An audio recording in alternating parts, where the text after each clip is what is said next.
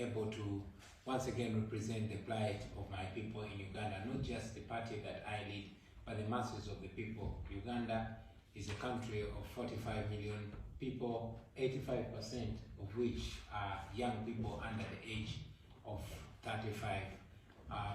Recently, we just went through the most violent election that you can imagine, where more than 150 people were massacred on the 17th and 18th of November. But even before that, massive arrests, abductions, and extrajudicial summary executions were done on the streets. However, even during the elections, the European Union and United States election observers were blocked from the election. Since then, the rampant abductions have been ongoing. The lawlessness has continued, and as we speak right now, thousands of young people are rotting in jails, while tortures and blatant beatings and cruel treatment of the citizens is ongoing.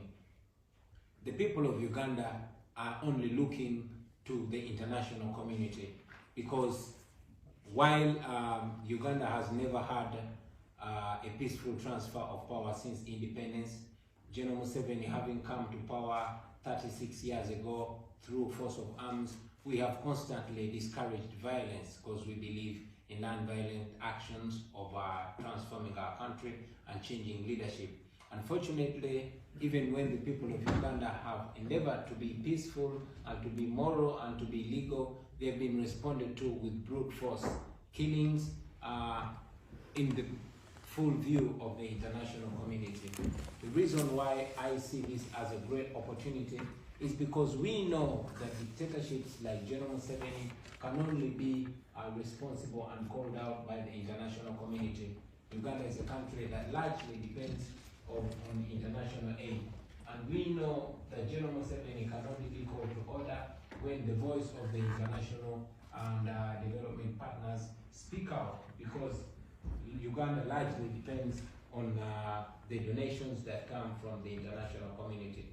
While we appreciate the partnership of the European countries with Uganda in terms of healthcare and education, we also know that dictatorships in Africa, particularly in Uganda, have been held and kept alive and indeed encouraged by the support of the international community. So it is my prayer and the prayer of my people that the European Union makes the respect for democracy, the respect for human rights, and the respect for the rule of law preconditions for partnerships with Uganda. Otherwise, it is sad to speak, but it continues to make developed democracies like those in Europe look like they're partnering in crime with General Museveni's repressive regime in Uganda. I am hoping that my submission here will appeal to the morality of the European Union and the European Parliament, and I hope that they will find the moral courage to hold General Museveni accountable, because if they hold General Museveni accountable, it will be a very strong precedent that will be set, that even the leaders that will come after General Museveni will know that the international community is not going to fold arms and sit back and watch all this criminality and all these human rights violations go on in Uganda. As I conclude, I will mention the most recent blatant human rights violations that have happened. One of the most famous writers in Uganda, who wrote a book called The Banana Republic, responded to a tweet by the son of the president, who is clearly above the law. He was picked and whipped, and the pictures have been moving on social media with his back cut with a whip with more than 100 times.